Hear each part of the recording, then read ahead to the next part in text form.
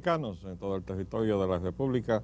Hoy lunes 29 de junio del año 2009 les traemos otra edición de Agenda Nacional que les llega de lunes a viernes de 1 a 1:30 pasado meridiano por Teleimpacto, canal 52 y 22 del Telecable Nacional y 52 del Cable Astre. Les habla Leopoldo Espaillat Nanita.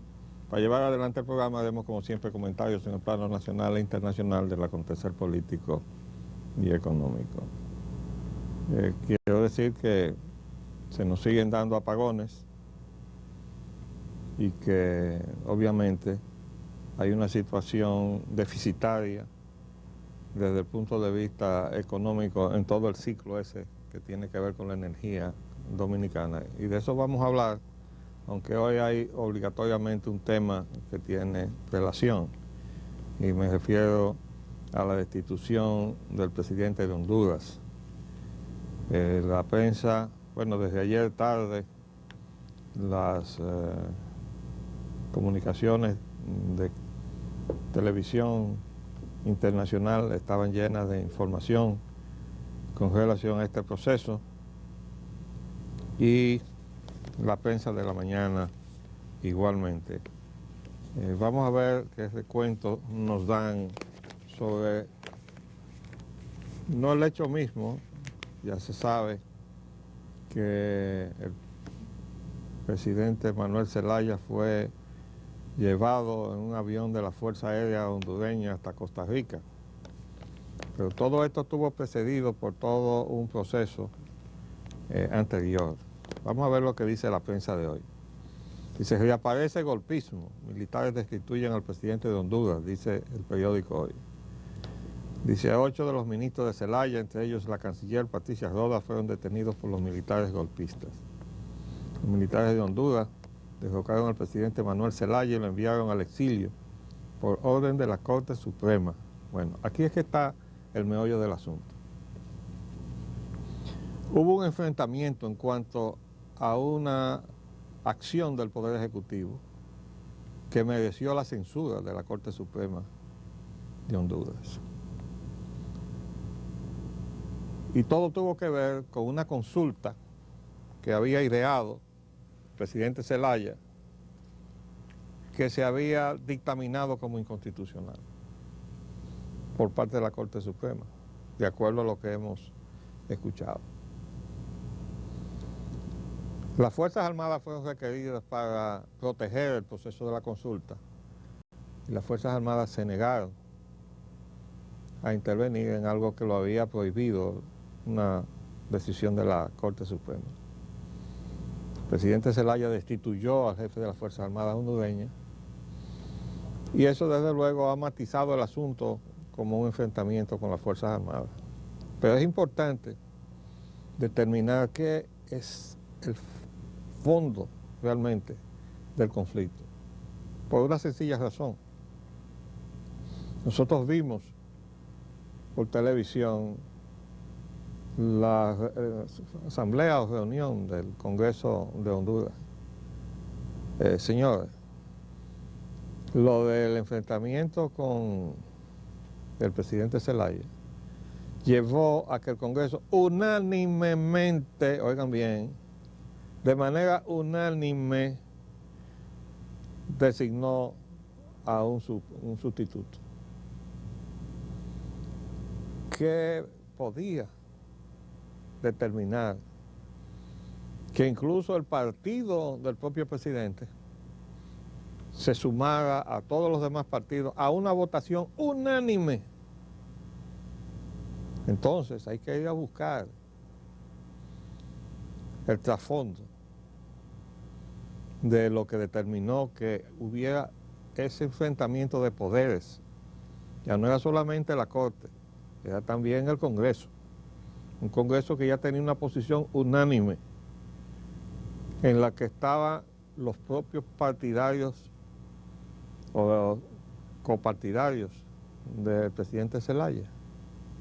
Entonces es importante ver el trasfondo de la consulta, que fue lo que arrastró todo el proceso. Vamos a ver si la prensa le ha seguido realmente el rastro a la cosa, o se ha quedado, como sucede muchas veces, en lo accesorio. en la parte de la acción. Lo que sucede cada año aquí, cada que llegamos al 30 de mayo, no he visto un análisis de profundidad sobre qué pudo haber motorizado todo aquel enfrentamiento que culminó con la propia involucración de la CIA en la organización junto con el estamento dominicano que actuó contra Trujillo, ¿verdad? Pero cada vez que llegamos al 30 de mayo, en lugar de irse al trasfondo del asunto, nos quedamos en el tiroteo. ¿Y quién disparó y quién no disparó? Entonces la prensa desvía de esa manera la atención sobre lo que es fundamental. Y en este caso, toda la atención está centrada en la acción de fuerza, siempre detestable, de militares cuando actúan contra un régimen civil.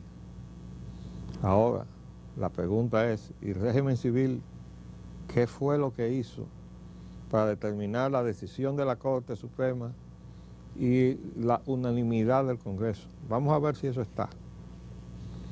Repetimos, los militares de Honduras derrocaron al presidente Manuel Zelaya y lo enviaron al exilio por orden de la Corte Suprema y con apoyo del Congreso.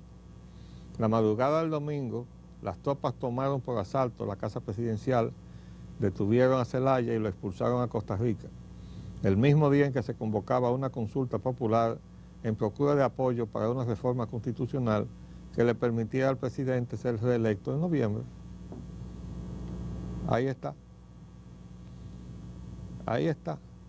¿Ustedes recuerdan lo que determinó el movimiento que vino de Santiago en el 30 contra Horacio Vázquez, en el cual participó pasivamente Rafael Leonidas Trujillo, que era el jefe de las Fuerzas Armadas, o sea, del ejército, que entonces solamente había ejército? Que cuando el movimiento que venía a tumbar a Horacio Vázquez, partiendo de Santiago, encabezado por Estrella Ureña, se aproximaba a la ciudad, las tropas estaban acuarteladas en la fortaleza. Y entonces Horacio Vázquez fue a donde Trujillo a preguntarle, ¿puedo contar con usted? Que lo protegiera de eso que venía por todo del Cibao para acá, a todo lo largo de la carretera, ¿no? Todo un contingente de gente, muchos de ellos armados. Y él le dijo, sí, cuente conmigo. Pero él se quedó ahí y dejó entrar el movimiento que tumbó a Horacio Vázquez. De ahí en adelante vino todo aquel proceso donde finalmente terminó él estando como presidente y Estrella Ureña como vicepresidente en las elecciones del 30. Entonces, en todas estas cosas hay que ver cómo es que se ha llegado hasta el punto ese, ¿no? Y en esa ocasión, ya decíamos siempre con relación a los 30 años de Trujillo, que Trujillo llegó ahí como una fuerza sustituta de la fuerza de ocupación que se había ido para garantizar los intereses de las inversiones norteamericanas en la República Dominicana y del hombre de confianza de esos capitales. Hasta llegar a un punto en donde estaba en la lista de la CIA para salir de él junto con otros líderes mundiales. Esta es una situación en donde siempre hay que ver qué es lo que está detrás. Ya estamos viendo cómo parpadean aquí las luces. Esperemos que no se vaya como sucedió la semana pasada. Sigue diciendo entonces la crónica. Desde San José, hacia donde fue expulsado, Zelaya dijo que se consideraba todavía el presidente y desmintió una supuesta carta de renuncia suya que había sido leída en Tegucigalpa frente al Congreso. Yo nunca he renunciado, dijo. Bueno,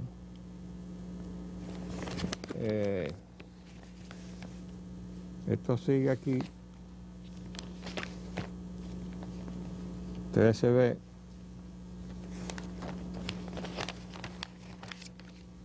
Dice, el Poder Judicial de Honduras respaldó hoy la acción de las Fuerzas Armadas de detener y deportar al presidente Manuel Zelaya, quien ha recibido un fuerte apoyo de la comunidad internacional y ha negado haber renunciado al poder como ha afirmado el Congreso de su país. El Poder Judicial deja constancia que si el origen de las acciones del día de hoy, ayer domingo, estaba basado en una orden judicial emitida por juez competente, su ejecución está enmarcada dentro de los preceptos legales, señala el comunicado, y debe desarrollarse, continúa, contra todo lo que ilegalmente se interponga para devolver al Estado de Honduras el imperio de la ley. Desde San José de Costa Rica, donde se encuentra como huésped, Zelaya anunció su intención de terminar su mandato y negó en declaraciones a CNN en español, ser el autor de una carta de renuncia que fue leída en el Congreso hondureño y aceptada por sus miembros reunidos en sesión extraordinaria. Nunca he renunciado y nunca voy a utilizar ese mecanismo, dijo Zelaya. Lo que ahora estoy deduciendo es que no es un golpe militar, es una conspiración político-militar contra la democracia, aseguró.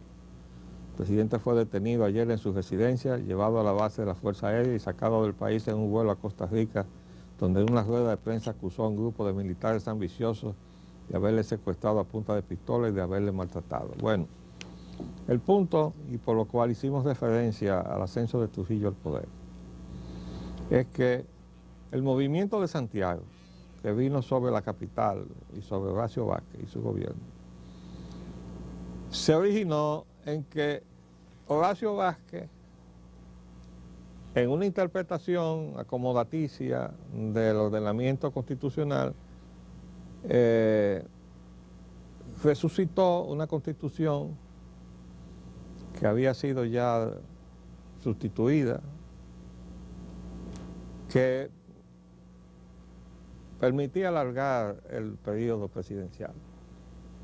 Y fue la pretensión de Horacio Vázquez de quedarse en el poder 2 años más, lo que dio la base al movimiento de respuesta que vino de Santiago y a todo lo que siguió.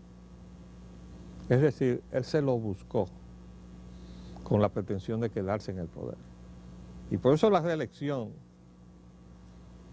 es siempre fuente de muchos problemas. Vamos a hacer un paréntesis y volvemos en un minuto.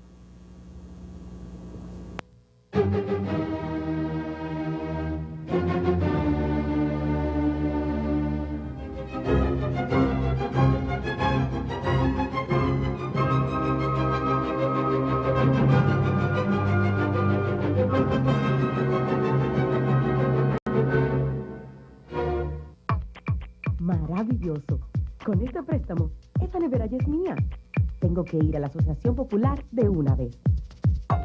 ¿Cuál es tu plan? En la Asociación Popular estamos en plan de prestarte para todo lo que quieras. Asociación Popular de Ahorros y Préstamos. Somos parte de tus planes.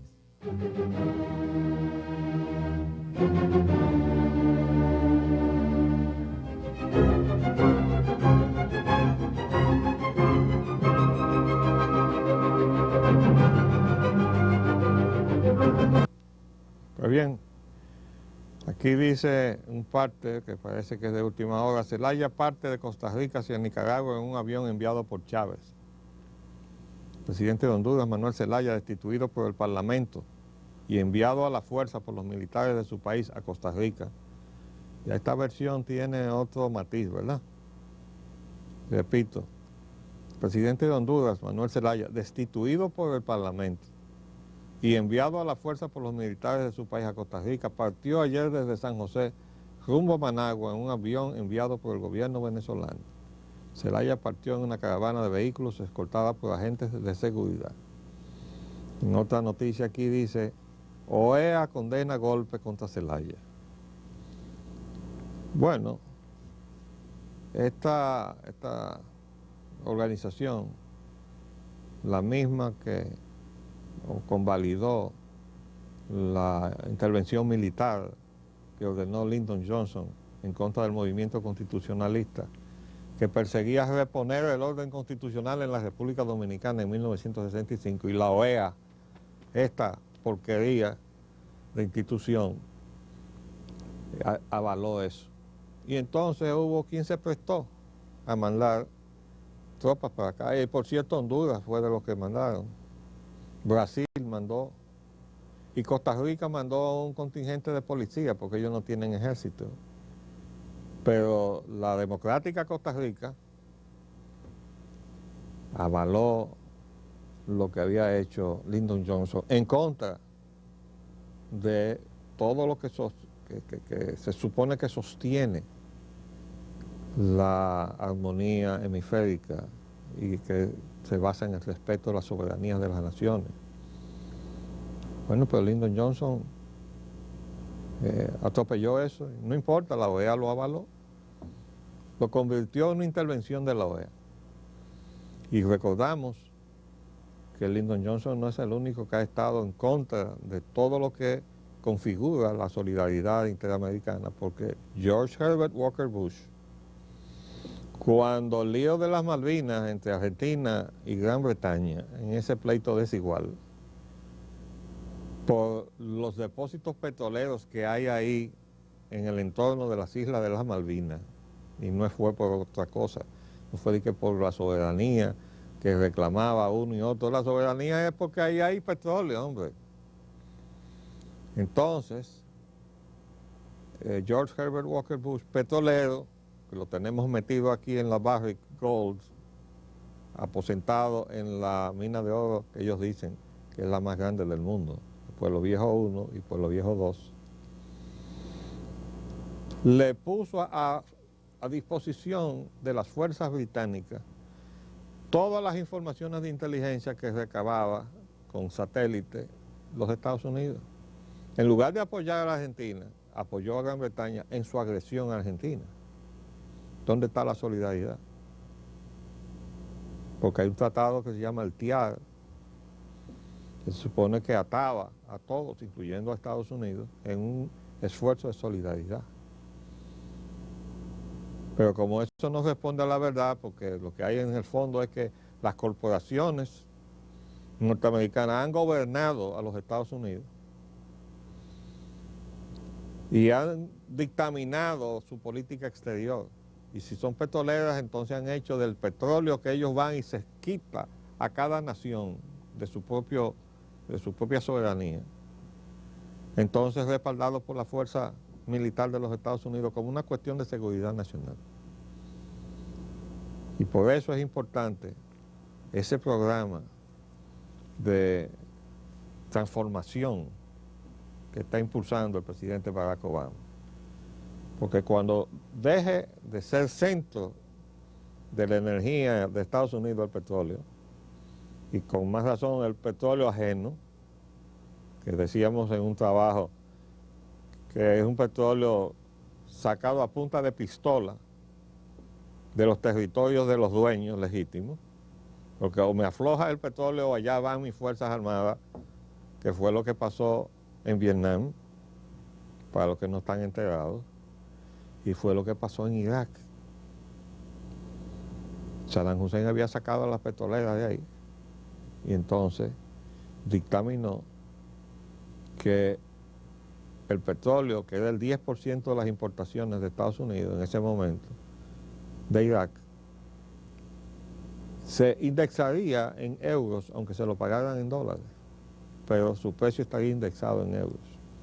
Y ahí se le declaró la guerra.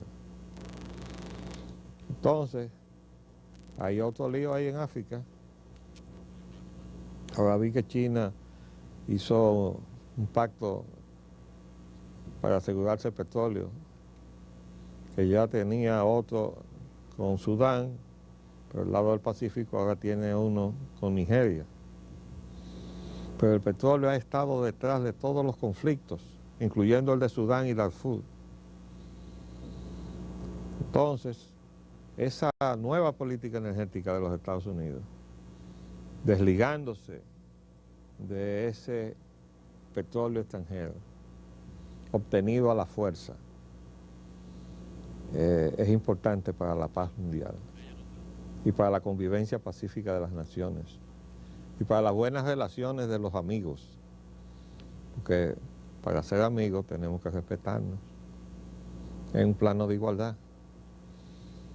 ¿O usted cree que en la sociedad se vale que porque un individuo tenga 6 pies, 6 pulgadas y otro tenga 5, 4, el que tiene 6 pies, 6 pulgadas, vale más que el que mide 5 4. El que tiene 6 pies, 6 pulgadas puede matar de un puñetazo al que mide 5 4, pero no lo puede hacer porque la ley lo mete en la cárcel o lo manda a, si hay pena de muerte, pues a una silla eléctrica o a la muerte química. En Estados Unidos eso es lo que hay. De modo que eso es. Decía el abate Lacordaire, que le salió al frente al liberalismo del siglo XVII,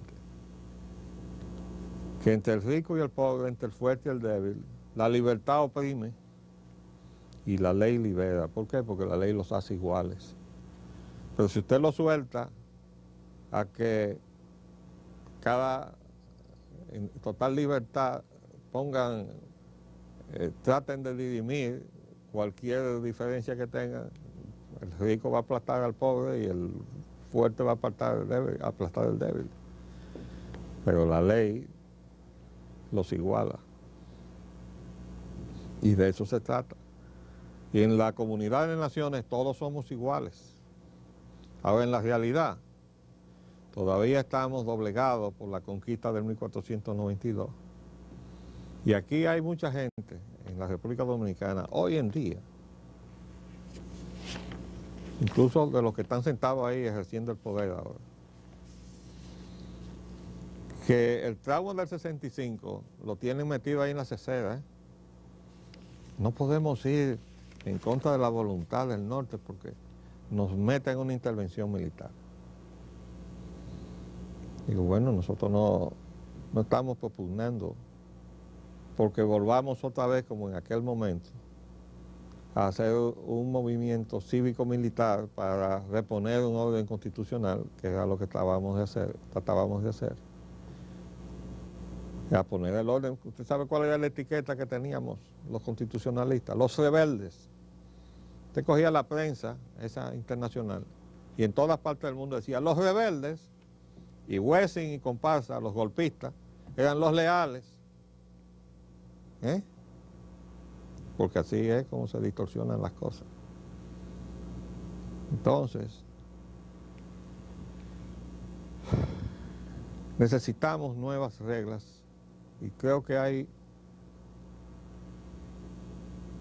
un movimiento en esa dirección de la propia sociedad norteamericana, producto de la elección del presidente Barack Obama, que no va con los intereses de sus transnacionales, que fueron las que causaron el colapso de la economía norteamericana y la mundial. ¿Por qué? Bueno, porque ya eso lo hemos explicado muchas veces. 50 años sacando los empleos de Estados Unidos, dejando sin empleo a tutti li mundachi, desde los obreros especializados de las industrias que se cerraban, hasta los ejecutivos que quedaban en la calle y no podían volver a enganchar más. Pero ¿y a dónde estaban los intereses de esas corporaciones? A buen recaudo, en los paraísos fiscales donde no pagaban impuestos, porque no retornaban a sus economías, entonces se quedaban ahí en cuentas numeradas su dinero de los bancos y sin pagar impuestos y sin tener que darle cuenta a nadie, alojados en los paraísos fiscales. A ellos les iba muy bien y la economía de Estados Unidos se estaba hundiendo hasta que finalmente reventó. Entonces ellos son los responsables de todo. Pero ellos manejaron toda la vida el gobierno y las relaciones internacionales y la facultad de ir a la guerra en los Estados Unidos. Bueno, ahora tenemos una oportunidad de llegar a tratarnos como amigos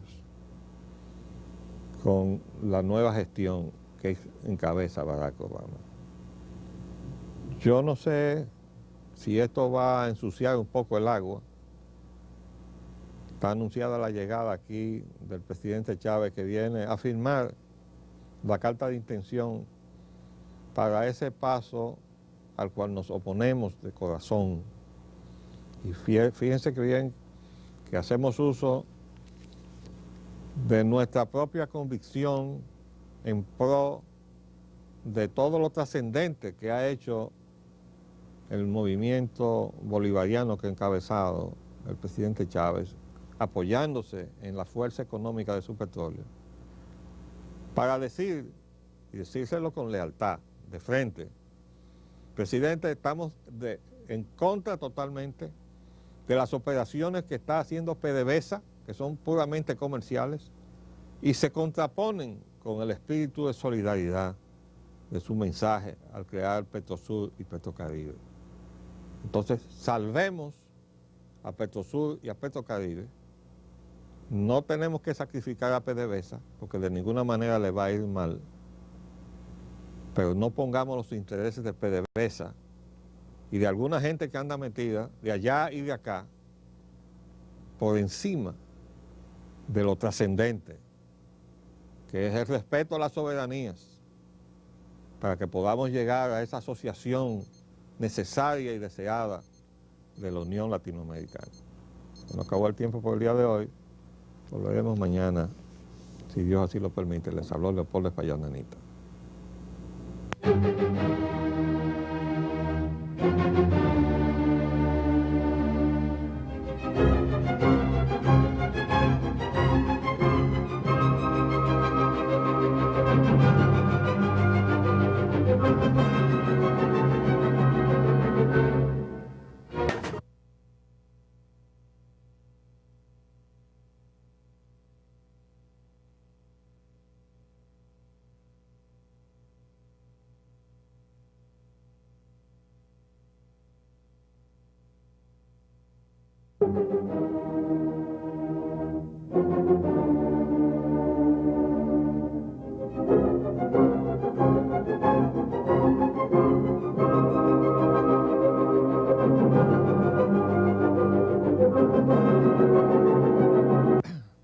Saludos dominicanos en todo el territorio de la República.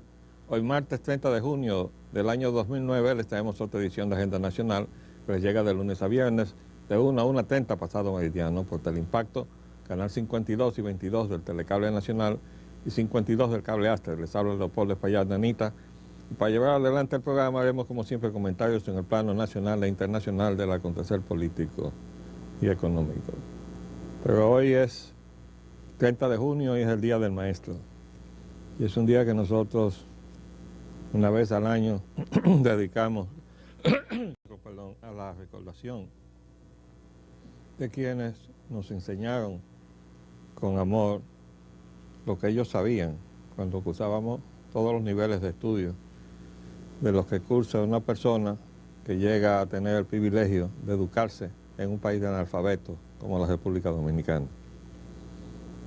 En el nivel primario tuvimos muchos maestros, pero tenemos apuntado aquí de la escuela primaria anexa a Consuelo Ibar, Roselia García Ibar, Gracita Alcina Puello, Alicia Cruzado, Edna Garrido, Julia Ibar, Adolfina Enríquez, Fifín Penson, María Ferrúa Vargas y Evangelina Vergés. No es que todas fueran nuestras maestras, pero eran maestras de la escuela primaria y una que otra nos tocó. En el Colegio Luis Muñoz Rivera pues, tuvimos a Félix Rodríguez Quiñones, a Elvira Medina de Rodríguez, Mrs. Rodríguez, Patia Medina, Virginia Hightower. Esa fue una maestra de inglés que trajeron de Estados Unidos y lo recuerdo siempre con mucho cariño porque nos enseñó muchas canciones, ¿no? Tuvimos también a Hilda Campos, la Monina de Piña, que era la directora de la parte musical, Elena Alzace de Pacheco, y la señora, el nombre no lo podemos recordar, Castro de Polanco. En los otros niveles, nivel ya de la escuela normal, que entonces se llamaba Presidente Trujillo, como prácticamente todo aquí, estaba la parte administrativa, o sea, la dirección de Enrique Martí Ripley, que tenía que bregar con unos tigres muy fuertes, ¿sabes? Estos varones, aún dentro de una dictadura, daban mucha carpeta. Ángel Mieses Lajara, que es su director, Silvén Cuascú, Virgilio Travieso Soto y Negro Travieso Soto, que eran inspectores. Los maestros que nos dimos el lujo de tener fueron Gustavo Vice Delgado, que todavía está vivo, vive en Venezuela, y a quien le mandamos un saludo de afecto en este día, que es de los pocos, si no es casi el único que queda vivo. Rafael Onofre Marbolejos, Tulio Alvelo, Tulito, que luego se fue al exterior a luchar contra Trujillo y vino en uno de las expediciones. Máximo Cuascú, Rogelio Lamarche Soto, Fabio Mota, Alfredo Mede Márquez, Hernán Mejía, Bienvenido Mejía Mejía, Pilar Constanzo, Pericles Franco, Altagracia Franco, Amalia Ibar Castillo, Jacinto Mañón Gotós, Ciriaco Landolfi, Bienvenido Díaz Castillo, Francisco de Rosario Díaz Tabito, Lidia Veloz, Enrique Patín Maceo, Pedro Mir, Carlos Curiel, R.O. García Enríquez, Manuel Bienvenido Troncoso, Andrés Avelino García, y Felipe Lamarche Soto, Petronio Mejía, Alicia Ramón, Ricardo Castro Colón, Max Gómez Oliver, Virginia Dubrel Viuda Gómez, Elvira Fidel Viuda Llovet, Fred Vitar. A nosotros nos daban clases de inglés, francés y portugués. Además de que en el castellano teníamos a Enrique Patín Maceo y al poeta nacional Pedro Mir, y también a Carlos Curiel, otra gloria del periodismo dominicano. Después tuvimos a Félix Cluek y al señor Philip. En música tuvimos a Luis E. Mena, tuvimos de dibujo a Ramón Báez López Peña y a José Ramón Báez Johnson. Bueno, eso fue en una dictadura. No debería suponer que en la democracia esos niveles de excelencia que ofrecían estos maestros debían estar rebasados ampliamente, ¿no? En la universidad, cuando ingresamos en el año 47, teníamos 16 años. Estaba como decano Juan Manuel Bellerano, que fue sustituido por José Antonio Caro Álvarez. Y nuestros profesores fueron Amos Sabras Gurrea, que fue un español exiliado, republicano, de los que vino a enriquecer los conocimientos de los dominicanos. José Ramón Báez López Peña, Nemesio Báez Johnson, Humberto Ruiz Castillo, Teófilo Carbonell, Edgardo Vega Malagón, Guillermo González Sánchez, Miguel Hernández Rivera, Andrés Avelino García, Manuel Ubaldo Gómez, que nos daba agrimensura legal, Oscar Cucurulo, José Hungría Morel, Leonte Bernal Vázquez, Bienvenido Creales Guerrero, Jacobo Antonio Tomén, Margot Tolé, Mario Penso Fonder, Rafael Aybar de Castro, Federico Freites Novoa, que murió hace poco, Ignacio Guerra, Bienvenido Martínez Brea, que está vivo, Juan José Mera, Manolo Pascual, Radamés Mejía y Horacio Martínez, que nos daba deportes. Bueno, a todos ellos, en el Día del Maestro, pues un homenaje de agradecimiento, porque nosotros somos el resultado de su esfuerzo, pero también tengo que decir que mis padres, los dos, fueron maestros. Fue mi padre allá en el Cibao, que también llegó a ser inspector, era de instrucción pública. Y mi madre fue maestra, junto con sus hermanas, en el instituto que fundaron en Asua, el Instituto de las Señoritas Nanita, que llevaron toda la enseñanza que tomaron del Instituto Salomé Ureña, de la escuela del maestro Hostos, ese gran puertorriqueño, ese gran antillano. Él vino a vivir aquí a la República Dominicana, era independentista. Bueno, dicho todo esto, queremos decir que la educación, la educación del intelecto, o sea, la capacidad de inteligencia innata que la tenemos los dominicanos, debe ser cultivada, y de eso se trata en la educación. La educación dominicana está en crisis, la hemos burocratizado. De una secretaría que verticalizaba todo el proceso educativo, ahora tenemos 3, 2 secretarías de educación y una de cultura. De milagro no tenemos 4 o 5, pero así está disperso todo, así está el sector de energía. No encuentra salida. Bueno, ¿por qué? Porque se dispersó el sector de energía, para que no nos podamos poner de acuerdo en tomar la directriz correcta,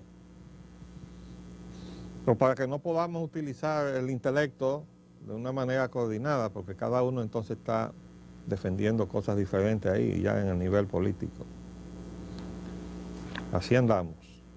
Pero el tema obligado es la crisis política, que es crisis de la democracia en Honduras.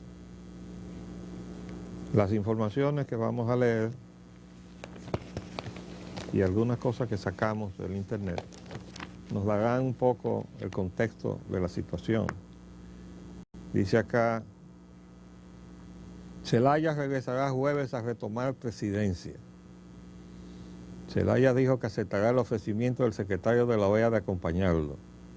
El presidente de Honduras, Manuel Zelaya, anunció que retornará a su país el próximo jueves tras visitar Estados Unidos, donde hoy tiene previsto hablar ante la Organización de las Naciones Unidas, que se pronunciará sobre el golpe de Estado en su país. Después de ir a Washington mañana, voy para Tegucigalpa el próximo jueves. Voy como presidente electo. Voy a cumplir con mi mandato de 4 años, dijo Zelaya durante su intervención en la reunión del Grupo de Río en la capital nicaragüense. Quiero decir que la visita del presidente Chávez a venir a firmar aquí la carta de intención de ese dislate que ha iniciado este gobierno de vender el 49% de su soberanía,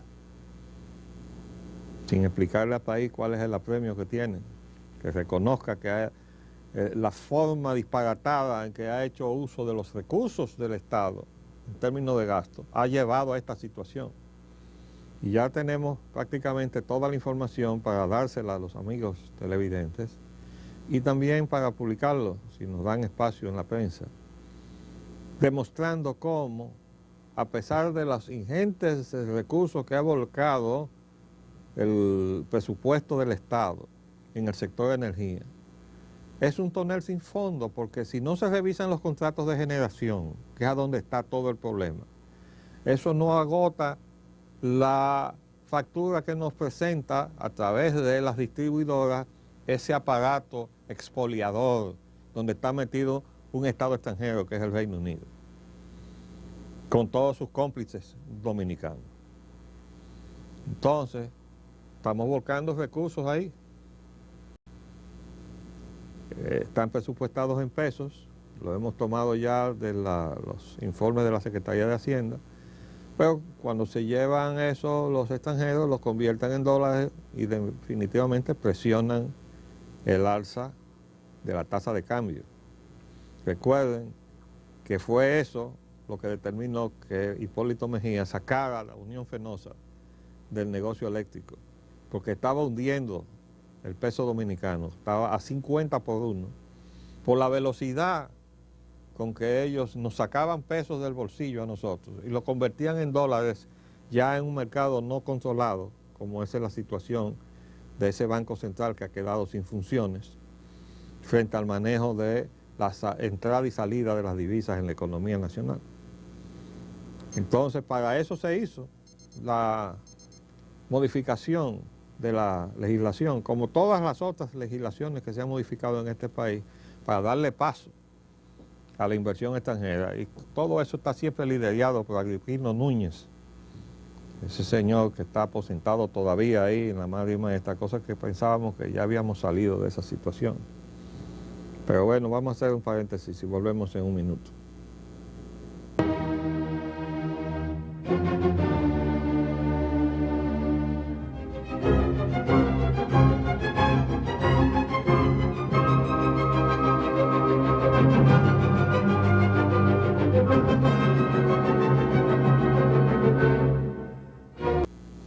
bien, ya ayer en la tarde la prensa nos decía, Leonel Fernández sale a Managua, Chávez no viene. Dice, el presidente atiende una convocatoria urgente para tratar la sonada cívico-militar en Honduras. Y aquí en la información dice que Leonel Fernández viaja a Nicaragua a reunión del SICA, que es el Sistema Centroamericano, Sistema de Integración Centroamericano.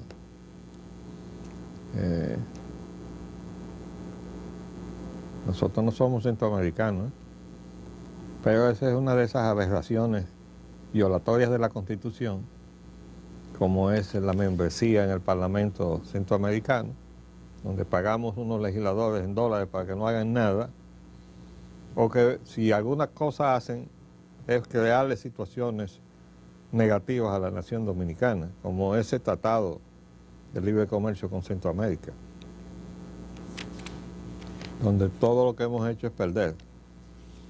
Pero vamos al fondo de esta situación, porque no nos podemos perder, porque las ramas no nos dejen ver el bosque. Hay unas intervenciones que yo creo que son de gran interés para entender esta situación. Aquí dice el listín: Subero hace paralelo entre la crisis en Honduras y la República Dominicana. El presidente de la Suprema Corte de Justicia, Jorge Subero Isa, dijo ayer que República Dominicana debe verse en el espejo de lo que sucedió en Honduras ante los aprestos existentes en el país de reformar el sistema judicial. Él se refiere a ese atropello a la Constitución, que significa esa revisión atropellada de un proyecto de sustituir la Constitución de la República, que ya desde el principio dijimos, eso va a traer problemas de gobernabilidad, Va a traer problemas de gobernabilidad como lo tiene fundamentalmente todo lo que tenga que ver con la soberanía, incluyendo el problema fundamental que tenemos, que es el de Haití, que por cierto, aquí anda una de la familia Kennedy, Carrie Kennedy, hija de Robert Kennedy, que viene a desplegar aquí sus actividades de socavamiento de la soberanía de la República, acompañando a Solange Pierre, a quienes ellos premiaron allá por ese trabajo que ella hace aquí de socavar la soberanía de la República. Pero tenemos que decir que el verdadero contexto de lo que debe ser la pauta de esta situación entre República Dominicana y Haití lo da esta muchacha, cuya crónica está en el periódico Ayer Tarde, en la página 14 del Nacional, que es una joven haitiana que cursó los estudios de medicina. Dice acá, joven haitiana se gradúa con honores y retorna a su país. La muchacha obtuvo el título de doctor en medicina y volvió a Haití para servir a su pueblo. ¿Qué debería hacer una joven estudiante haitiana que acaba de graduarse con el honor máximo de magna cum laude en una de las más exigentes escuelas de medicina, la de la Pontificia Universidad Católica, Madre y Maestra? Jessie Belerive tomó rápidamente la decisión correcta: regresar a su país para servir a la salud de su pueblo, tanto por la exigencia de la beca concedida como por su amor por la gente de Haití. Ahí están las dos caras de la moneda. La obligación de nosotros de darle hasta donde podemos. A ella le damos educación y a miles de estudiantes haitianos o hijos de haitianos se les da educación aquí en la República Dominicana. Y su deber, si tienen amor patrio, es ir a levantar su patria con esos conocimientos adquiridos acá.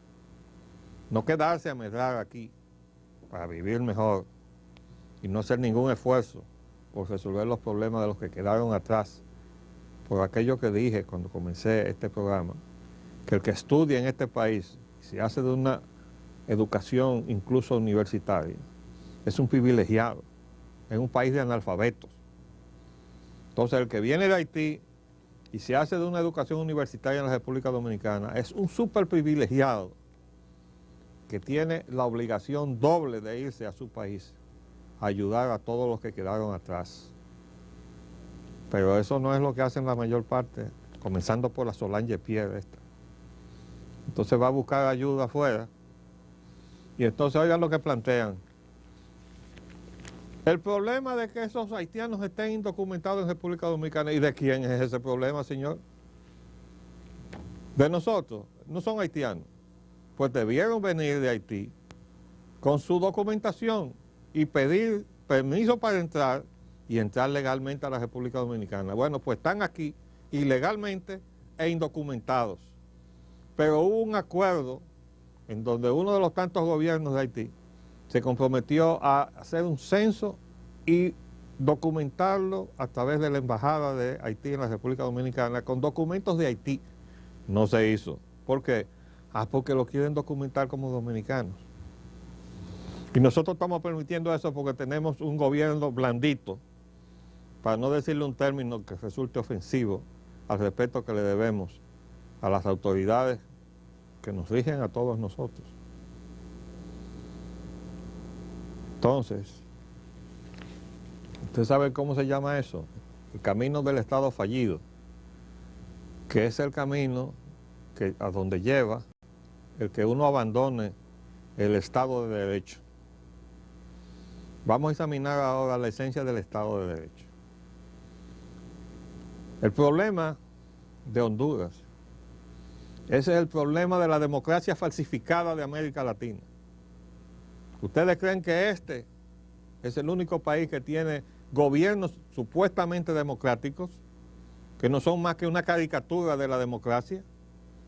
¿Por qué? Bueno, porque salen de elecciones razonablemente aceptables, tomando en cuenta todo el dinero que se vierte para corromper lo que se llama la voluntad expresada en las urnas.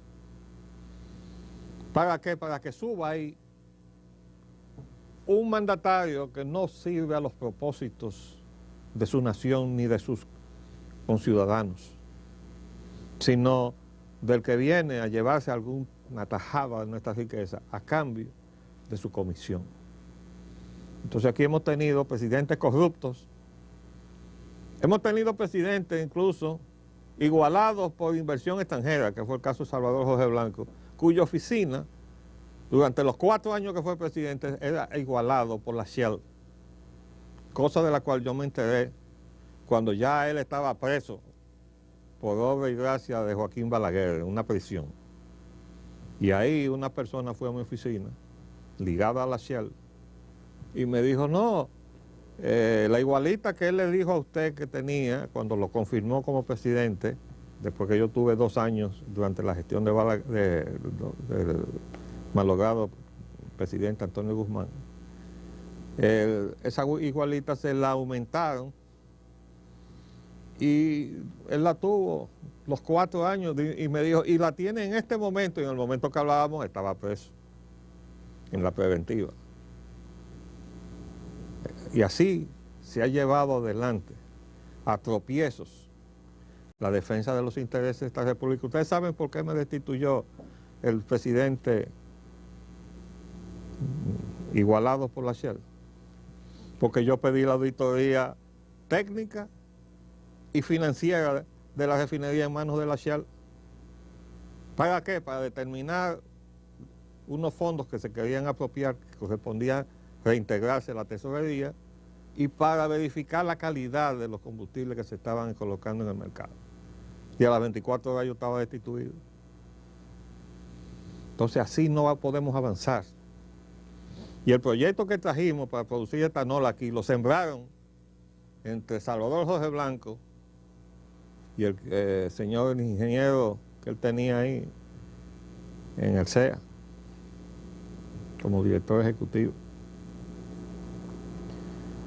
Y así yo le puedo relatar muchísimas cosas que se han hecho en contra del interés de la República de los Dominicanos.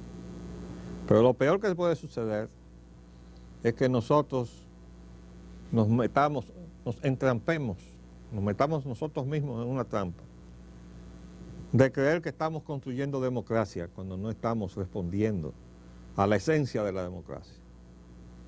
Esto no es más que una caricatura de democracia.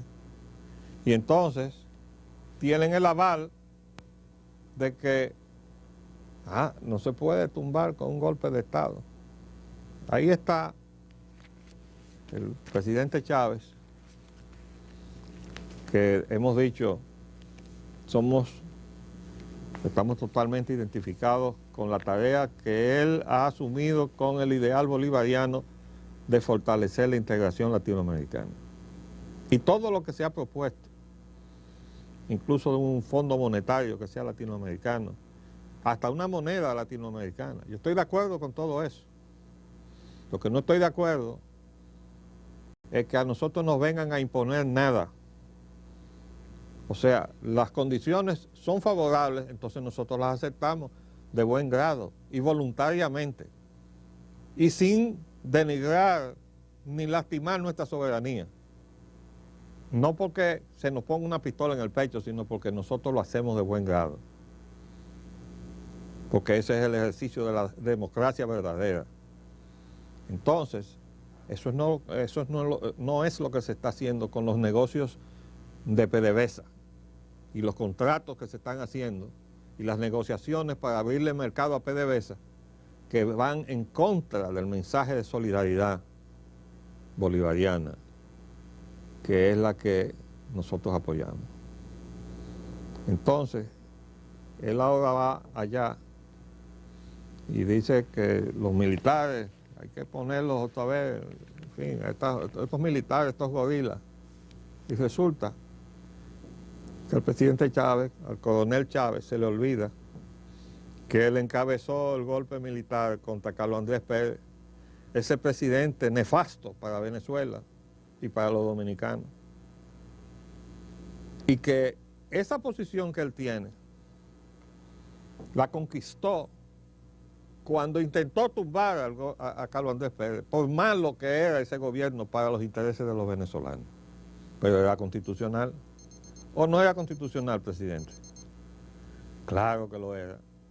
De modo que hay que tener mucho cuidado con esta situación de Honduras, sobre la cual vamos a seguir hablando, porque tiene que ver con la falsificación de la democracia, que no solamente se ha producido aquí en América, sino también en Europa. Y si no, vayan a ver la situación de la Gran Bretaña, ese Reino Unido que tenemos metido aquí, indebidamente e inconstitucionalmente. Se nos acabó el tiempo por el día de hoy, volveremos mañana si Dios así lo permite. Les habló Leopoldo Espaillat Nanita. Hasta luego.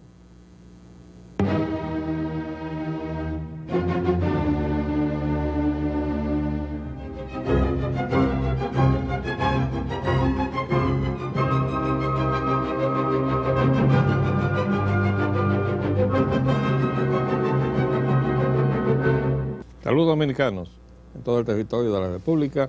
Hoy miércoles 1 de julio del año 2009 les traemos otra edición de Agenda Nacional que les llega de lunes a viernes de 1 a 1:30 pasado meridiano por Teleimpacto, canal 22 y 52 del Telecable Nacional y 52 del Cable Astra. Les habla Leopoldo Espaillat Nanita. Para llevar adelante el programa haremos como siempre comentarios en el plano nacional e internacional del acontecer político y económico. Bueno, de todas maneras, vamos a seguir con el tema internacional, pero no podemos dejar de iniciar el programa con estos titulares alarmantes de la situación en que atraviesa la nación, caminando hacia la categoría de estado fallido. Cae al mar avioneta cargada de cocaína. Autoridades de la DNCD mantenían una vigilancia estricta desde Pedernales hasta Palenque. Entonces dice acá que el tráfico de drogas a través de vuelos ilegales no cesa. En la madrugada de este lunes para martes, una avioneta que transportaba cocaína de procedencia desconocida se precipitó sobre la costa cercana a Matanzas en Baní. Bueno, parece que los vuelos son o hacia Baní o hacia el este. Aquí hay otro titular. Cae una avioneta llena de cocaína en Baní. Bueno, dicen las autoridades dominicanas que aquí hay un vuelo incontrolado interdiario. Un vuelo incontrolado interdiario. ¿Ok? Imagínense ustedes lo bien que estamos. Bueno, volviendo al tema internacional. Ayer hablábamos de que el contexto para entender lo que está pasando en Honduras y lo que puede pasar y ha sucedido ya en otros países es que se está viviendo una democracia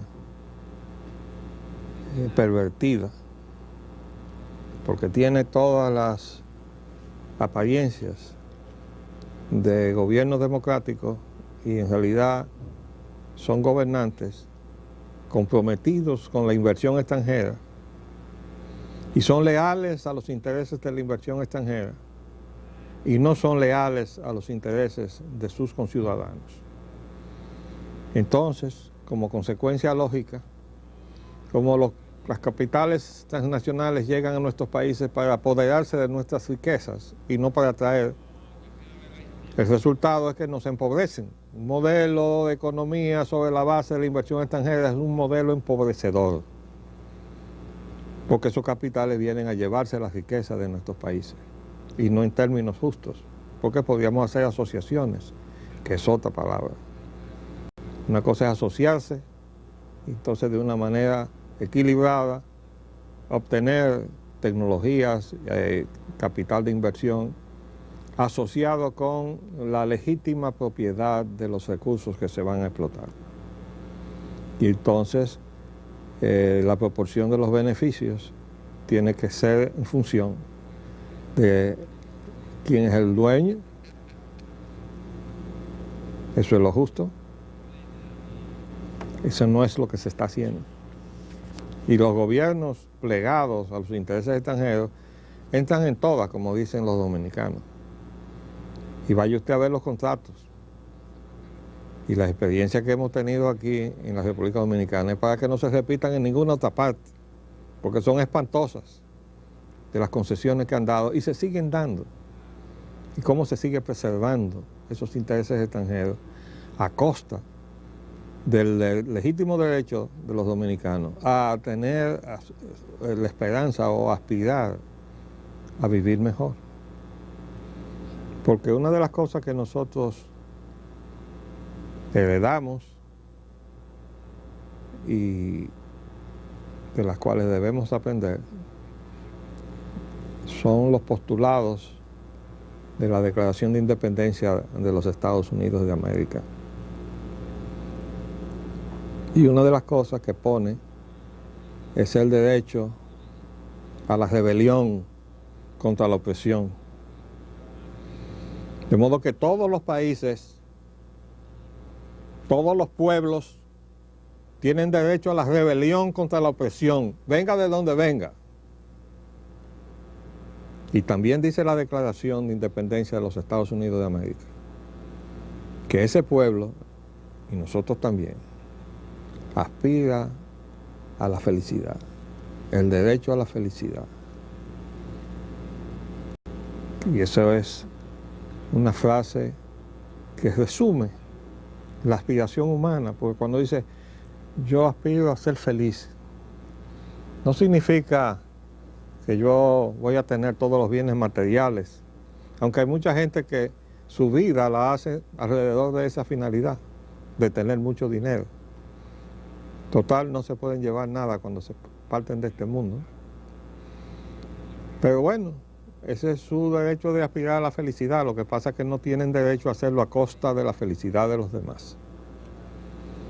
Entonces ahí es que tiene que entrar la justicia para igualarnos a todos, ¿no?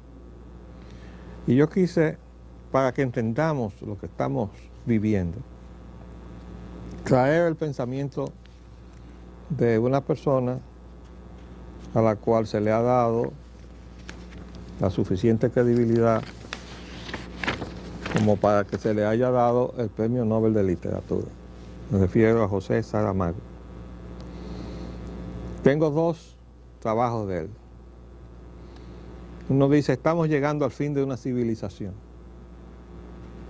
Dice, todos los días desaparecen especies animales y vegetales, idiomas, oficios. Los ricos son cada vez más ricos y los pobres cada vez más pobres. Cada día hay una minoría que sabe más y una mayoría que sabe menos. La ignorancia se expande de forma aterradora. Tenemos un gravísimo problema en la redistribución de la riqueza.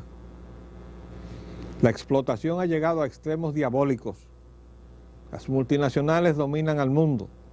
No sé si son las sombras o las imágenes las que nos ocultan la realidad. Podemos discutir sobre el tema infinitamente. Lo cierto es que hemos perdido capacidad crítica para analizar lo que pasa en el mundo. De ahí que parezca que estamos encerrados en la caverna de Platón. Abandonamos nuestra responsabilidad de pensar, de actuar. Nos convertimos en seres inertes sin la capacidad de indignación, de inconformismo y de protesta que nos caracterizó durante muchos años. Estamos llegando al fin de una civilización y no me gusta la que se anuncia. El neoliberalismo, en mi opinión, es un nuevo totalitarismo disfrazado de democracia de la que no se mantienen nada más que las apariencias. Esto lo escribió él hace ya un tiempo. El centro comercial es el símbolo de ese nuevo mundo, pero hay otro pequeño mundo que desaparece, el de las pequeñas industrias y de la artesanía. Está claro que todo tiene que morir, pero hay gente que, mientras vive, tiende a construir su propia felicidad, y esos son eliminados. Pierden la batalla por la supervivencia, no soportan vivir según las reglas del sistema. Se van como vencidos, pero con la dignidad intacta, simplemente diciendo que se retiran porque no quieren este mundo. Eso lo escribió él cuando nos sonaban las campanas del neoliberalismo. Aquí yo tengo otro trabajo que se llama Sobre la mentira de la democracia. Este fue de febrero del 2002, el discurso que pronunció en la clausura del segundo Foro Social Mundial en Porto Alegre. Y se comenzaré por contar en brevísimas palabras un hecho notable de la vida rural ocurrido en una aldea de los alrededores de Florencia hace más de 400 años. Me permito solicitar toda su atención para este importante acontecimiento histórico porque, al contrario de lo habitual, la moraleja que se puede extraer del episodio no tendrá que esperar al final del relato. No tardará nada en saltar a la vista. Estaban los habitantes en sus casas o trabajando los cultivos, entregados cada uno a sus quehaceres y cuidados, cuando de súbito se oyó sonar la campana de la iglesia. En aquellos píos tiempos, hablamos de algo sucedido en el siglo XVI, las campanas tocaban varias veces a lo largo del día y por ese lado no debería haber motivo de extrañeza. Pero aquella campana tocaba melancólicamente a muerto, y eso sí era sorprendente, puesto que no constaba que alguien de la aldea se encontrase a punto de fenecer. Salieron por lo tanto las mujeres a la calle, se juntaron los niños, dejaron los hombres sus trabajos y menesteres, y en poco tiempo estaban todos congregados en el atrio de la iglesia a la espera de que les dijesen por quién deberían llorar. La campana siguió sonando unos minutos más y finalmente cayó. Instantes después se abría la puerta y un campesino aparecía en el umbral. Pero no siendo este el hombre encargado de tocar habitualmente la campana, se comprende que los vecinos le preguntasen dónde se encontraba el campanero y quién era el muerto. El campanero no está aquí. Soy yo quien ha hecho sonar la campana, fue la respuesta del campesino. Pero entonces no ha muerto nadie, replicaron los vecinos, y el campesino respondió, nadie que tuviese nombre y figura de persona. He tocado a muerte por la justicia, porque la justicia está muerta. ¿Qué había sucedido? Sucedió que el rico señor del lugar, algún conde o marqués sin escrúpulos, andaba desde hacía tiempo cambiando de sitio los hitos de las lindes de sus tierras, metiéndolos en la pequeña parcela del campesino que con cada avance se reducía más. El perjudicado empezó por protestar y reclamar, después imploró compasión y finalmente resolvió quejarse a las autoridades y acogerse a la protección de la justicia. Todo sin resultado, la expoliación continuó. Entonces, desesperado, decidió anunciar Urbi et Orbi, una aldea tiene el tamaño exacto del mundo para quien siempre ha vivido en ella, la muerte de la justicia. Tal vez pensase que su gesto de exaltada indignación lograría conmover y hacer sonar todas las campanas del universo, sin diferencia de razas, credos y costumbres, que todas ellas, sin excepción, lo acompañarían en el toque a difuntos por la muerte de la justicia y no callarían hasta que fuese resucitado.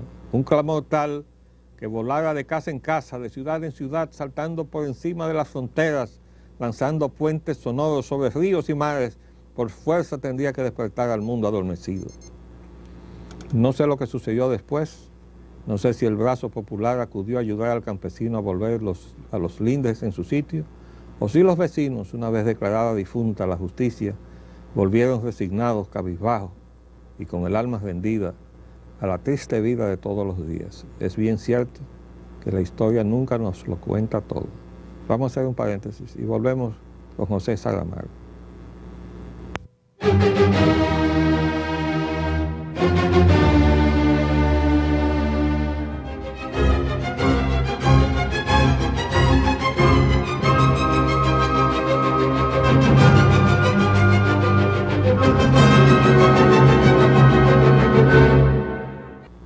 Sigue diciendo José Saramago: supongo que esta ha sido la única vez en cualquier parte del mundo en que una campana, una inerte campana de bronce, después de tanto tocar por la muerte de seres humanos, lloró la muerte de la justicia. Nunca más ha vuelto a oírse aquel fúnebre sonido de la aldea de Florencia, mas la justicia siguió y sigue muriendo todos los días. Ahora mismo, en este instante en que les hablo, lejos o aquí al lado, a la puerta de nuestra casa, alguien la está matando. Cada vez que muere es como si al final nunca hubiese existido para aquellos que habían confiado en ella, para aquellos que esperaban de ella lo que todos tenemos derecho a esperar de la justicia. Justicia, simplemente justicia.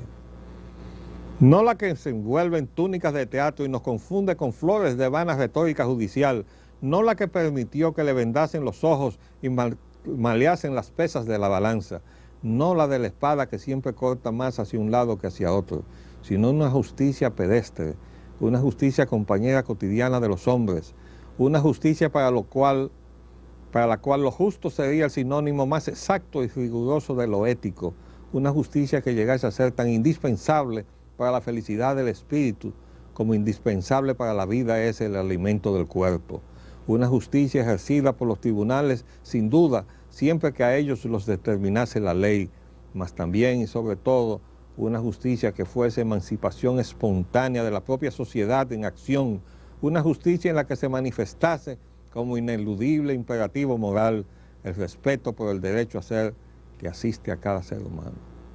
Pero las campanas, felizmente, no doblaban solo para llorar a los que morían, doblaban también para señalar las horas del día y de la noche, para llamar a la fiesta o a la devoción a los creyentes. Y hubo un tiempo, en este caso no tan distante, en el que su toque arrebato era el que convocaba al pueblo para acudir a las catástrofes, a las inundaciones y a los incendios, a los desastres, a cualquier peligro que amenazase a la comunidad.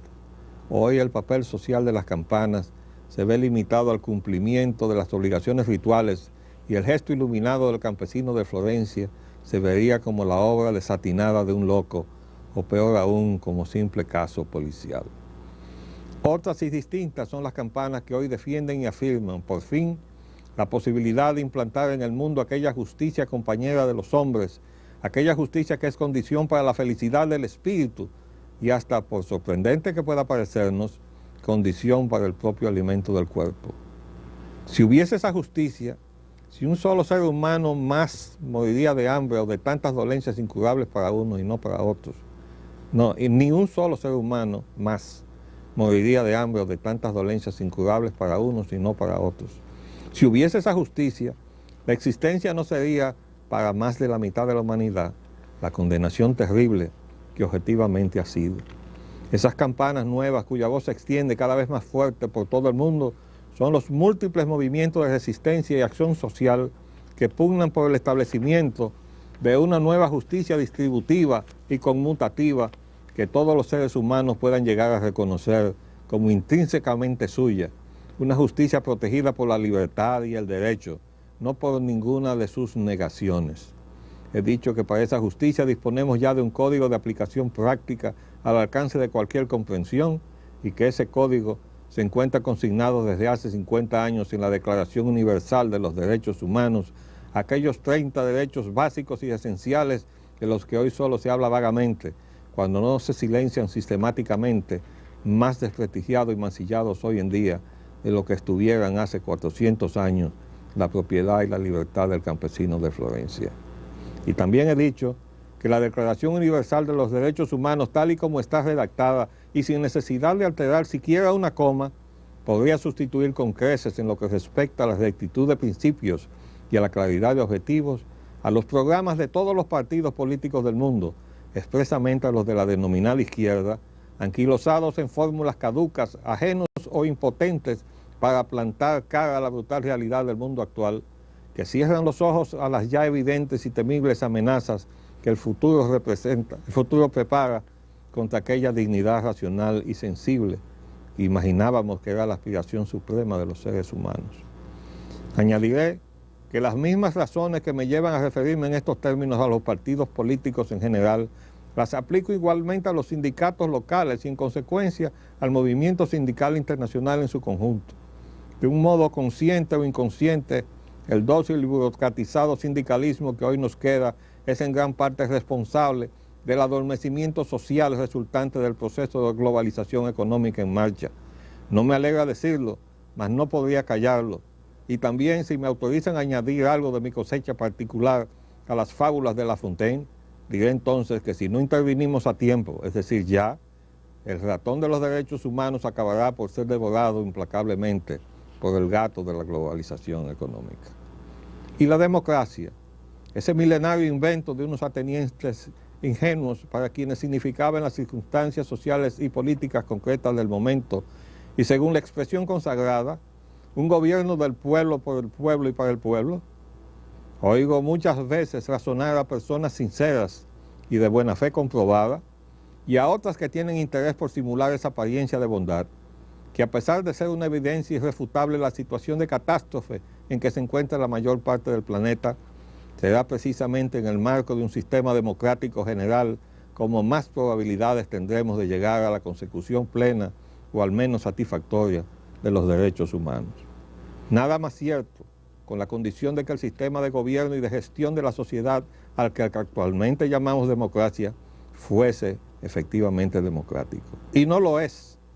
Es verdad que podemos votar, es verdad que podemos, por delegación de la partícula de soberanía que se nos reconoce como ciudadanos con voto, y normalmente a través de un partido, escoger nuestros representantes en el Parlamento. Es cierto, en fin, que de la relevancia numérica de tales representaciones y de las combinaciones políticas que la necesidad de una mayoría impone, siempre resultará un gobierno. Todo esto es cierto, pero es igualmente cierto que la posibilidad de acción democrática comienza y acaba ahí.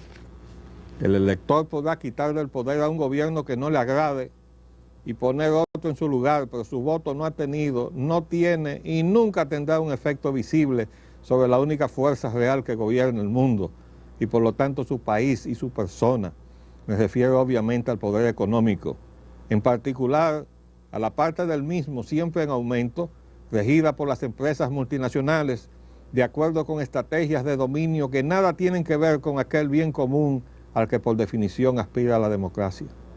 Todos sabemos que así y todo, por una especie de automatismo verbal y mental que no nos deja ver la cruda desnudez de los hechos, seguimos hablando de la democracia como si se tratase de algo vivo y actuante, cuando de ella nos queda poco más que un conjunto de formas ritualizadas, los inocuos pasos y los gestos de una especie de misa laica. Y no nos percatamos, como si para eso no bastase con tener ojos, de que nuestros gobiernos, esos que para bien o para mal elegimos y de los que somos por lo tanto los primeros responsables, se van convirtiendo cada vez más en meros comisarios políticos del poder económico, con la misión objetiva de producir las leyes que convengan a ese poder, para después, envueltas en los dulces de la pertinente publicidad oficial y particular, introducirlas en el mercado social sin suscitar demasiadas protestas, salvo las de ciertas conocidas minorías eternamente descontentas. ¿Qué hacer? De la literatura a la ecología, de la guerra de las galaxias al efecto invernadero, del tratamiento de los residuos a las congestiones del tráfico, todo se discute en este mundo nuestro.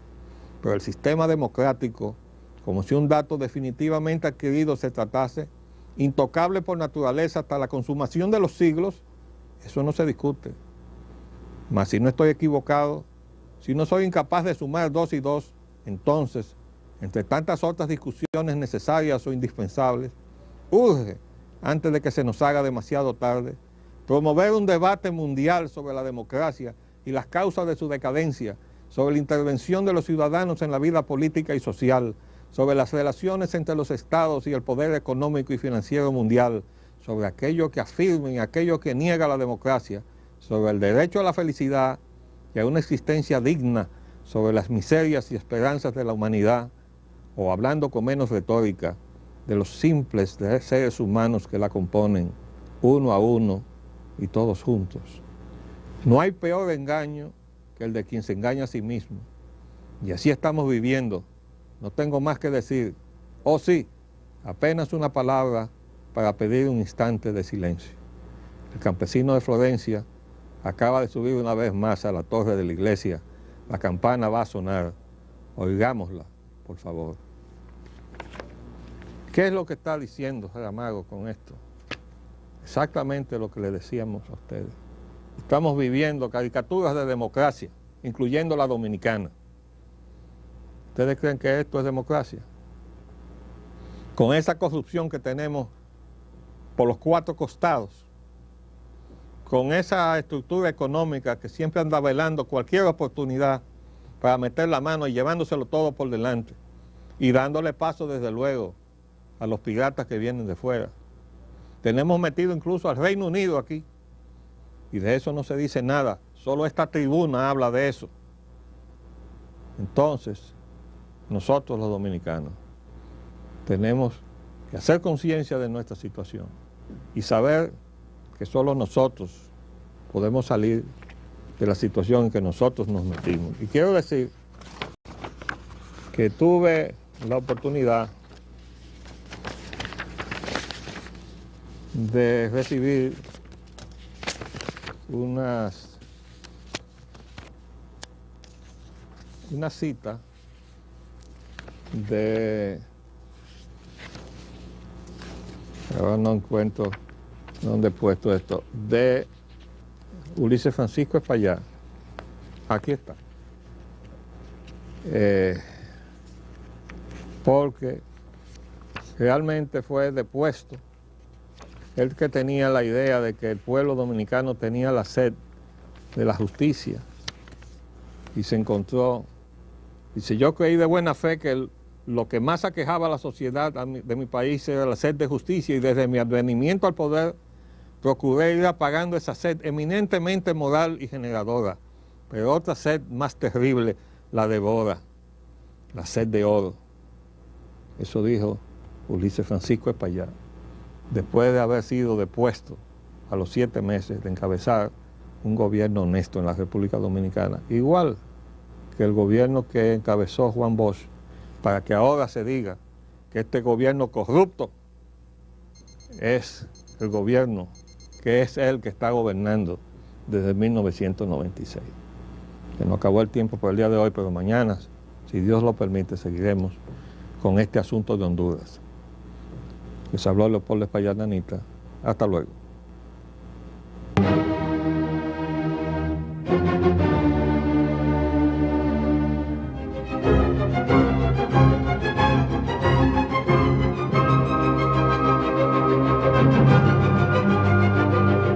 Saludos dominicanos en todo el territorio de la República.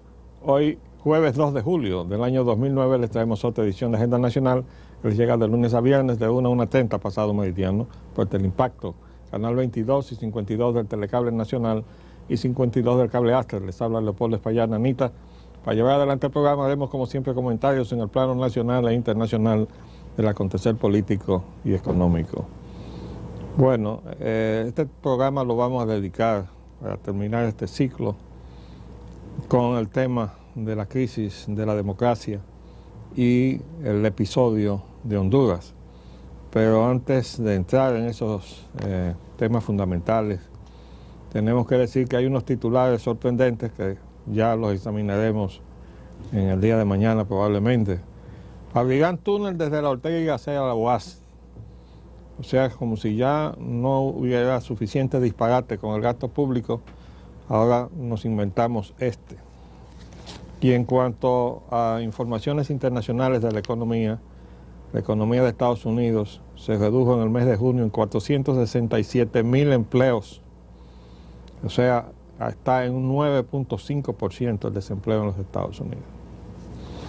Bueno, esto de la crisis de la democracia y de las instituciones que supuestamente las representan, en el caso hemisférico, la Organización de Estados Americanos, la misma institución que avaló la decisión del expresidente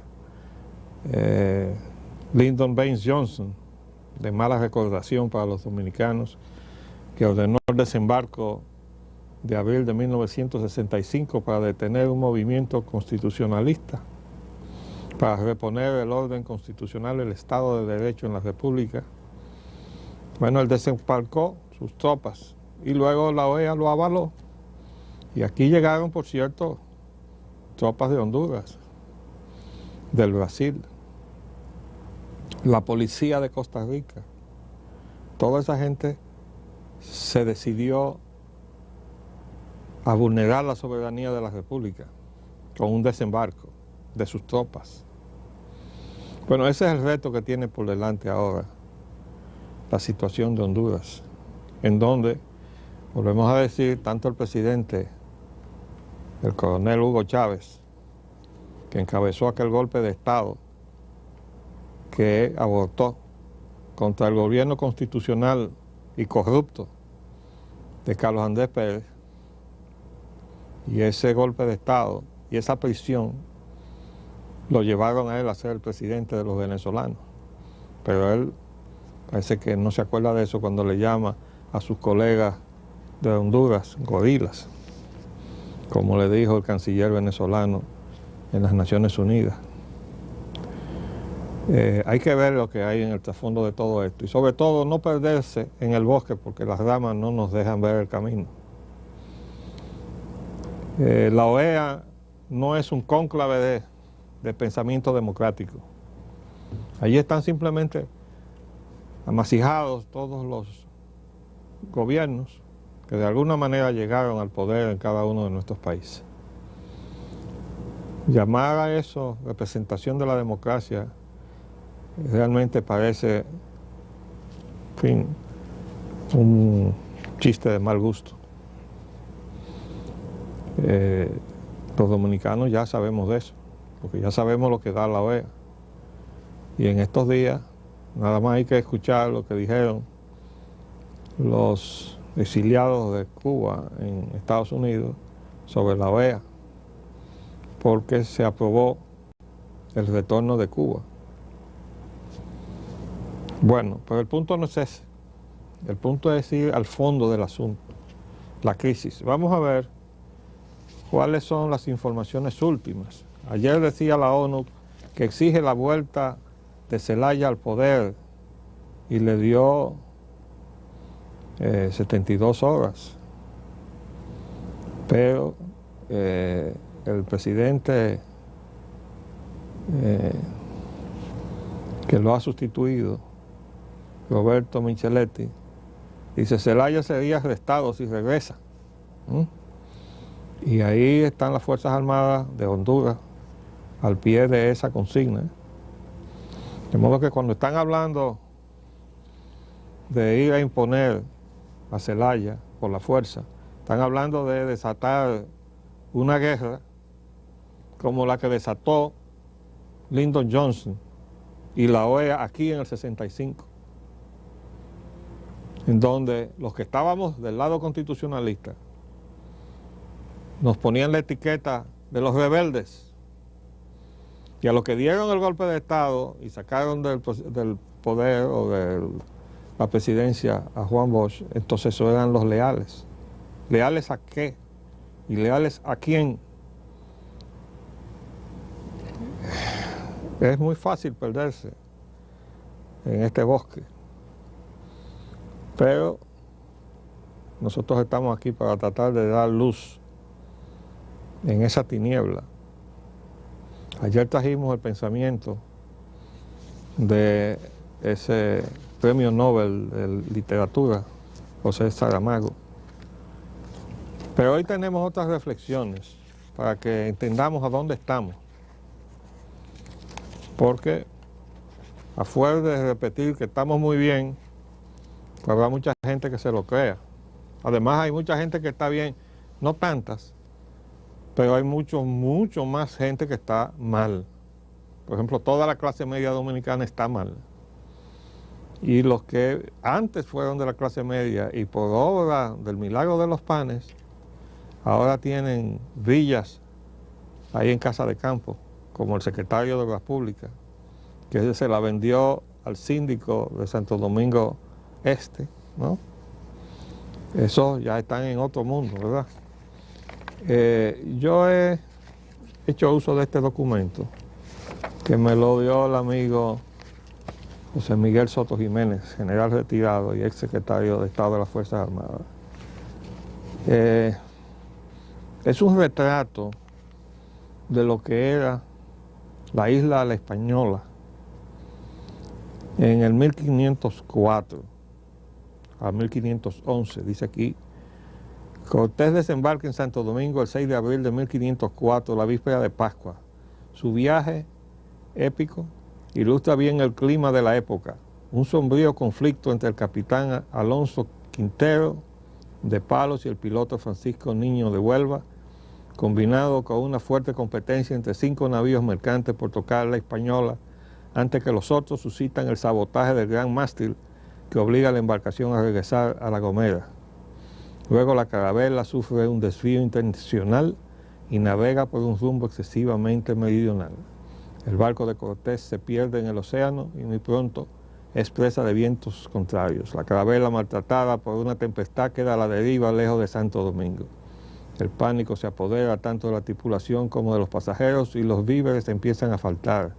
Los hombres están divididos entre el temor de caer en manos de los antropófagos que pueblan las pequeñas Antillas y el miedo a morir de hambre. La carabela logra por fin llegar a Santo Domingo mucho después que los otros 4 barcos de la flota que iniciaran el viaje. Y dice: el oro y las primeras políticas de colonización. Sumergido por su viaje en la atmósfera de las islas, Cortés conoce de entrada los ingredientes de la vida en las Indias. Oigan bien: ausencia de reglas, exasperación de los apetitos, eso quiere decir desbordamiento de los apetitos, descomposición de la vida social por la envidia, la maledicencia, la corrupción, la traición, el cambio de alianzas, como eso que se ve aquí a cada rato de un partido que se muda a una parte de un partido para otro y viceversa.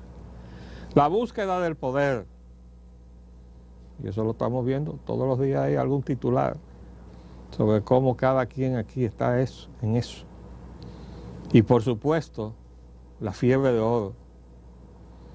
La tierra en la que desembarca Cortés está muy lejos de ser el paraíso terrenal que creía haber descubierto Colón.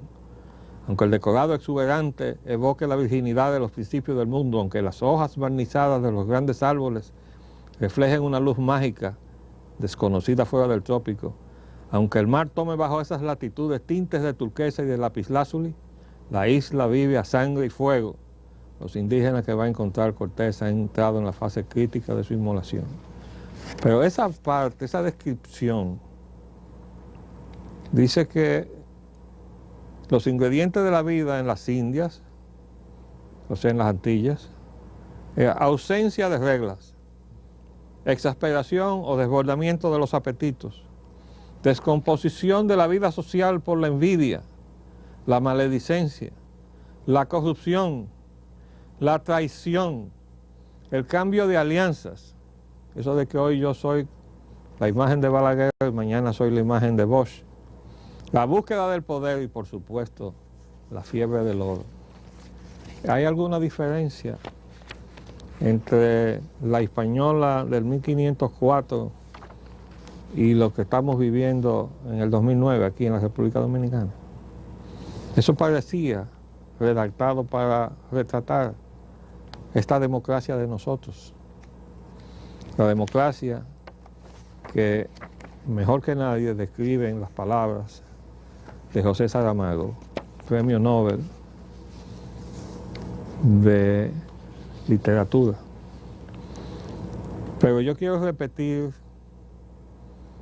las frases de Ulises Francisco Espaillat en julio de 1876, después de ser depuesto a los 7 meses de gobierno. Uno de los pocos gobiernos que no fueron gobiernos de militares en la República Dominicana, que es la razón por la cual en este país nunca hemos tenido tradición democrática ni de gobierno civilista, porque tuvimos también clérigos, pero cuando Meriño fue presidente, entonces vino el decreto de San Fernando, y ustedes recuerdan lo que significó eso, ¿no? De manera que incluso el clérigo fue capaz de mandar a fusilar gente. Esa fue la mano de los generales que subían al poder aquí.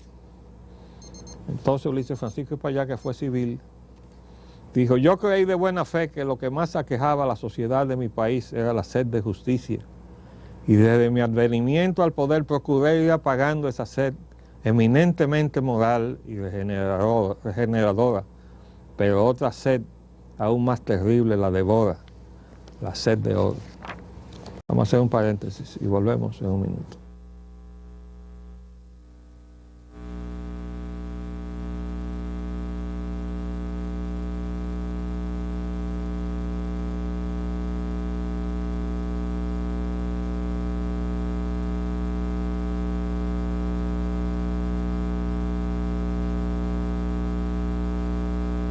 Pues bien, ustedes saben por qué tengo a mano esa frase de Ulises Francisco Espaillat, porque también tengo a mano este recorte de periódico del Listín. Esto es del lunes 30 de junio del año pasado. Y esto, el presidente de la Cámara de Cuentas, en el lío aquel que se armó en la Cámara de Cuentas, dice esa frase que recoge el titular: Terrero ve sed de oro en crisis en Cámara de Cuentas. La misma sed de oro que denunció Ulises Francisco Espaillat, y que les acabo de leer en 1876. Eso es para que los amables televidentes tomen parámetros de que no avanzamos y que no es verdad que es para adelante que vamos, porque me niego a atropellar el lenguaje con esa frasecita que ha puesto en boga el actual gobierno, desde que puso aquella otra en la campaña que le dio muy buen resultado, muy buenos dividendos, de que iban a sacar a los que estaban. Bueno, la gente, cansada de los que estaban, le dio el voto otra vez de vuelta al presidente Leonel Fernández. Y desde entonces no han cesado en decirnos, atropellando el lenguaje, que vamos hacia adelante. Estas citas que yo he recogido, algunas que se circunscriben al ámbito dominicano y otras que se refieren al ámbito hemisférico y quizás hasta al ámbito mundial, como las palabras de José Saramago, es para que nos ubiquemos en pasar entonces de vista a esa situación que se está dando en Honduras. ¿Por qué? Porque la OEA no tiene autoridad para imponer nada,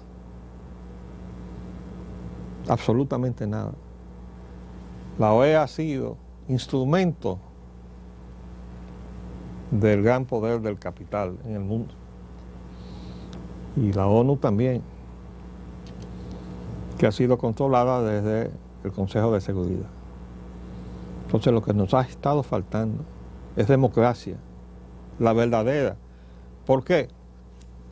Porque esa sociedad de ese gran país que se llama los Estados Unidos de América, desde que ese gran presidente que fue Abraham Lincoln definió la democracia, con frases que no eran de él, pero que él recogía de la descripción de la democracia en la antigüedad, el gobierno del pueblo, por el pueblo y para el pueblo. Eso no ha existido en los Estados Unidos. Ha existido una caricatura en donde la plutocracia ha cooptado a los dos grandes partidos a través de sus cúpulas. O sea, los dirigentes del Partido Demócrata son todos miembros del Council on Foreign Relations, que preside el señor David Rockefeller todavía a los 90 y tantos años largos que tiene. Y los dirigentes del Partido Republicano, que fue el partido de Lincoln, nada menos, por igual, lo que pasa es que ha devenido en ser el partido de los ricos, en el cuadro, en el sainete de las elecciones norteamericanas, en donde el pueblo de buena fe cree que tiene dos opciones y no tiene tal opción. Recuerdo como ahora cuando se votó en el Congreso de los Estados Unidos el Tratado de Libre Comercio en la parte que concernía a México. Ese día yo me quedé en mi casa solamente para ver esas votaciones. Me descuidé en no tomar el nombre del legislador demócrata, que cuando iba a echar su voto en contra de ese tratado, que era un tratado negociado por el gobierno de Bush padre, George Herbert Walker Bush, pero cuyos efectos en la economía de Estados Unidos le dio el triunfo a Bill Clinton, el candidato demócrata, que sin embargo empeñó su influencia política para hacer que su partido en el Congreso aprobara ese tratado, y estuvo a punto de dividirse el Partido Demócrata, igual que el Partido Republicano, pero sobre todo el Demócrata, porque ese era un proyecto republicano. Sin embargo, se le estaba obligando a ir por lealtad al presidente a votar a favor de eso. Pero ese legislador dijo voto en contra. Y al pueblo norteamericano que observe muy cuidadosamente lo que sucede hoy en el Congreso de los Estados Unidos, para que se dé cuenta que el Partido Republicano y el Partido Demócrata es la misma cosa, y echó su voto ahí contra el Tratado de Libre Comercio, que ha resultado un fiasco para los norteamericanos, para los canadienses y para los mexicanos. Y si usted quiere una prueba del fracaso y de la mentira envuelta en ese tratado, ahí están poniéndose de acuerdo Canadá y Estados Unidos en torno a lo que se va a hacer con la General Motors. ¿Por qué? Porque General Motors emigró también hacia Canadá, hacia el norte. Y por eso, en uno de esos debates, con relación a si debía o no impulsarse la consigna de comprar lo hecho en Estados Unidos, Buy American, decía un ciudadano, pero es que si yo compro un Chevrolet, realmente le estoy dando trabajo a la gente de Canadá. Y si yo compro un Honda Accord, le doy trabajo a los norteamericanos porque ese automóvil se está ensamblando en los Estados Unidos. Y es verdad, ese es el tollo que se ha hecho con el asunto, con la mentira del libre comercio. Y ahora, para poder, después que el Estado norteamericano, el gobierno, se ha hecho cargo de la General Motors, ahora hay que negociar con el gobierno de Canadá para ver entre los dos cómo se levanta ese muerto que ha estado produciendo una mercancía que negaba los intereses de su país, entiéndase, a los Estados Unidos, desde el momento mismo en que desde 1996 puso a circular un automóvil eléctrico con éxito, y a los 2 años lo mandó a recoger todo para destruirlos. ¿Por qué? Porque tenía entonces la presión del todopoderoso sector petrolero, que ha gobernado la economía de Estados Unidos y por tanto la política norteamericana, desde que el petróleo advino como el centro de la economía mundial. Entonces, hay que tener muy claro todo eso. A la hora de venir hacia abajo, hacia la parte que yo llamo los Estados Unidos de América, que somos nosotros los latinoamericanos, para entender por qué no tenemos democracia. Bueno, porque en Estados Unidos no ha habido democracia. Y ustedes saben cuál es la verdadera esperanza que hemos puesto en la gestión de Barack Obama, que la entendemos como la primera vez que el pueblo norteamericano se ha percatado de que gestión por gestión constitucional, no importa el signo, republicano o demócrata, siempre ha tenido encima unos intereses contrarios a los suyos. Y por eso se ha desarrollado una economía que ha acabado enterrando a la economía de los norteamericanos. Y por eso hoy se da la estadística de que los desempleos están en el 9.5% y en junio solamente perdieron 467,000 empleos.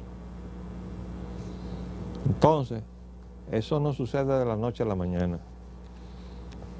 Y esa gente aposentada en el poder político de los Estados Unidos ha sembrado a Latinoamérica de gobiernos que son cualquier cosa menos democráticos, entendiendo por gobiernos democráticos aquellos que han gobernado para sus gobernados. Entonces yo saco inmediatamente, no importa cómo haya llegado al poder, la diferencia de un verdadero gobierno democrático no es que haya salido de unas elecciones más o menos aceptables, es que gobierne a favor de los gobernados y no contra los gobernados. Y nosotros tenemos muchos gobiernos que se han elegido en urnas para encaramarse al poder a gobernar a favor de las corporaciones transnacionales, que es como si los indígenas de 1492 se hubieran proclamado todos a favor de los conquistadores y genocidas. Claro, ellos pelearon contra eso, hasta donde se pudo, y hubo gente que inocentemente se plegó a los conquistadores creyendo que eran dioses. Pero a esta altura del juego, el que camina equivocado, sobre todo mucha gente con etiqueta de izquierdista, que se pasaron la vida con una etiqueta de izquierdista y de antiimperialista y todo eso, y son los primeros que se han montado en el carro neoliberal a chupar el bienestar económico del asalto a las riquezas de la América Latina, que patrocina o que protagonizan, mejor dicho, las corporaciones transnacionales, que son los nuevos encomenderos, ¿no? Son los que vienen ahora, y cada vez que un gobierno, dice democrático, coge un modelo económico, como ha sucedido aquí en República Dominicana desde 1996 a esta fecha, apoyado exclusivamente en inversión extranjera, eso se convierte en un gobierno entreguista, antinacional y por tanto antidemocrático, aunque tenga las credenciales de haber salido de unas elecciones. Entonces eso que nosotros tenemos en el Congreso, salido de ese proceso viciado, tampoco es el Congreso representativo, y por eso se ha pronunciado una Suprema Corte que fue capaz de sentarse encima de los recursos de inconstitucionalidad que presentamos un grupo de ciudadanos contra ese modelo de opresión económica que es el modelo de la economía neoliberal. Y se sentó sobre nuestra instancia de inconstitucionalidad para dejar hacer. Pero ahora habló con relación a Honduras el presidente de esa corte y dijo, mirémonos en el espejo de Honduras. Y mucha gente no le ha hecho caso. Y por eso, cuando me preguntaron sobre el aumento de la tarifa eléctrica, que junto con el de los combustibles es otro atropello más al pueblo dominicano, yo le dije, eso va a traer problemas de gobernabilidad. Y se lo dije en ese idioma, porque ese idioma lo entiende el presidente Leonel Fernández. Eso y este disparate al que yo me referí, del cual hablaremos mañana, van a traer problemas de gobernabilidad, presidente. Se nos acabó el tiempo por el día de hoy. Volveremos mañana, si Dios así lo permite. Les habló Leopoldo Espaillat Nanita. Hasta luego.